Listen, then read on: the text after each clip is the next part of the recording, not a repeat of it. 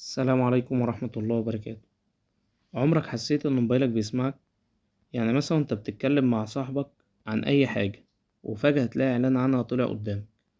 طب يا ترى موبايلك بيسمعك بجد ولا في سر تاني ورا الموضوع ده؟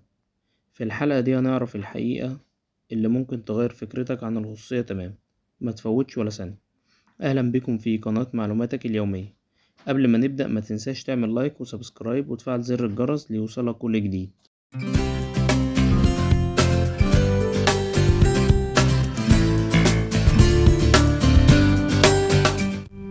هل فعلا الموبايل بيسمعنا؟ الحقيقة اللي لازم تعرفها. ازيكم يا جماعة؟ اكيد كلنا عدى علينا الموقف ده. بتتكلم مع صاحبك عن حاجة وفجأة تلاقي اعلان عنها ظهر لك في الفيسبوك بقى او اليوتيوب. طب هل فعلا الموبايل بيسمعنا ولا دي مجرد صدفة؟ في الفيديو ده هنعرف الحقيقة ونشوف ازاي الاعلانات بتظهر لنا بالطريقة العجيبة دي. هو فعلا الموبايل بيسمعنا بجد؟ الحقيقة ان الموبايل مش بيسمعك طول الوقت، بس ده مش معناه ان الموضوع عشوائي. التطبيقات بتجمع بياناتك بطريقة تانية خالص، زي انك بتبحث عن ايه. جوجل حرفيا بيسجل كل حاجة انت بتدور عليها. انت بتعمل لايكات ليه؟ السوشيال ميديا بتعرف اهتماماتك من اللايكات والتعليقات، المكان اللي انت فيه. يعني مثلا لو رحت مطعم، ما تستغربش ان هو يجيب لك عنه اعلان تاني. طيب تعالى نفهم ليه بيتهيأ لنا ان الموبايل بيسمعنا. المخ البشري عنده حاجة اسمها التحيز التأكيدي.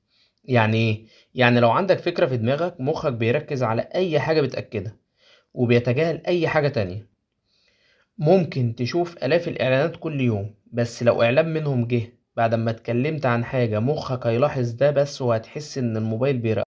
طيب إزاي الشركات بتعرف اهتماماتنا؟ الحقيقة إن التطبيقات الكبيرة زي فيسبوك وجوجل مش محتاجة تسمعك، لأن عندها معلومات عنك تكفي إنها تتوقع أنت مهتم بإيه، زي الكلمات اللي أنت بتكتبها في الشات حتى لو مش منشورة على العام، الصفحات اللي أنت بتتبعها، والمواضيع اللي بتقرا عنها، التطبيقات اللي بتستخدمها والمواقع اللي بتزورها. يعني ببساطة احنا بنسيب بيانات كتيرة جدا بدون ما نحس، وده اللي بيساعد الشركات على استهدافنا بالإعلانات الصح.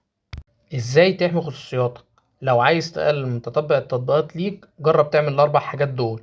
قفل صلاحية الميكروفون للتطبيقات اللي مش محتاجها، استخدم متصفح يمنع التتبع، احذف سجل البحث من وقت للتاني، استخدم إعدادات الخصوصية في الموبايل علشان تقفل مشاركة البيانات. في النهاية، الموبايل مش بيسمعك، لكنه بيعرف عنك أكتر مما تتخيل. لو عجبتك الحلقة ما تنساش تعمل لايك وتشترك في القناة عشان توصلك كل المعلومات الجديدة من معلوماتك اليومية. أشوفكم الحلقة الجاية.